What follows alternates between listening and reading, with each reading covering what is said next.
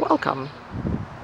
This is a really tiny plant with a very tiny flower, and yet its name is Huernia macrocarpa. Macrocarpa, which might suggest that it's something huge.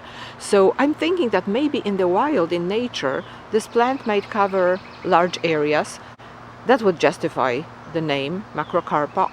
Or maybe it's just a reflection of the thinking process of the scientists who discovered it. I don't know, but the plant is beautiful anyways. First of all, let's look at the flower from up close. Huernia is a genus that belongs to a large group of plants called Stapeliads. And Stapeliads are extremely interesting. They are so cool. They are unlike anything else. They are plants that produce flowers that are pollinated by flies. And because they are pollinated by flies, they have to attract the flies somehow.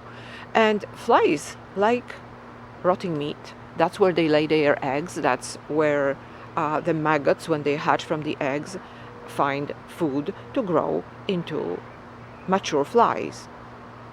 So these flowers are pretending they are just that they are just a piece of rotting meat somewhere on a semi-desert where these plants grow.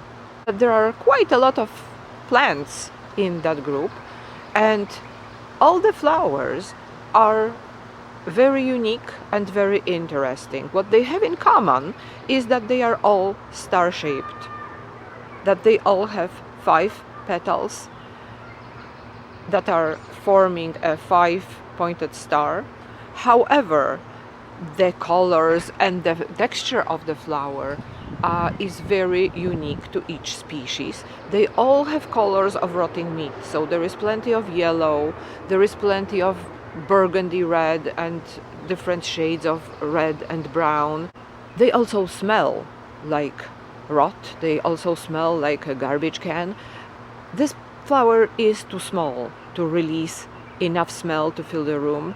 It doesn't smell strong enough for me to sense that smell, even if I put my nose into it. However, flies can sense it for sure, because if there is a fly in a room where I keep it, the fly would be attracted to it and would be checking what's inside the flower. It is a plant that is not very demanding. It stays inside all year round, although I could put it outside during summertime, somewhere in semi-shade, at a place where the light is not too bright. But I'm afraid it might be poked by a bird, or a squirrel, or a mouse, or something like that. I don't want to risk it. I had some plants damaged by birds or something else, I'm not sure what it was. And I just don't want to endanger this plant because it doesn't have any spines to protect itself. It just like cactus do. Or it doesn't have any poisonous toxic sap like euphorbias do. So it's quite powerless. So it spends the entire year inside on a windowsill. On a windowsill that is facing south. But at the same time, there is a hedge growing beside the window.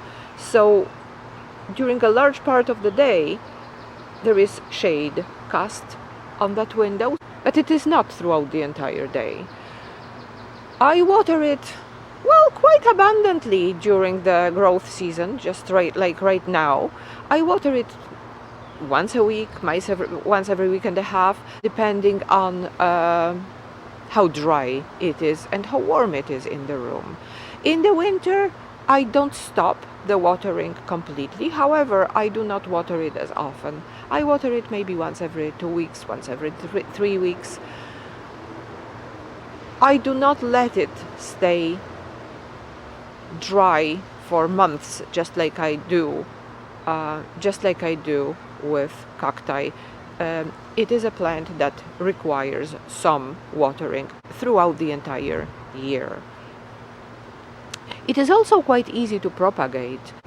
Just like cacti, it is a stem succulent. So if one breaks a stem section from the plant, it will root quite easily, and also if the surface area of the pot was larger, the plant would grow sideways and would cover the entire pot. I really like this plant, and I like how it shows the resourcefulness of nature and of evolution, which can develop adaptations that would be very difficult to imagine. Thank you so very much for watching my video. I hope you like my Huernia macrocarpa. I really like it. Have an amazing afternoon.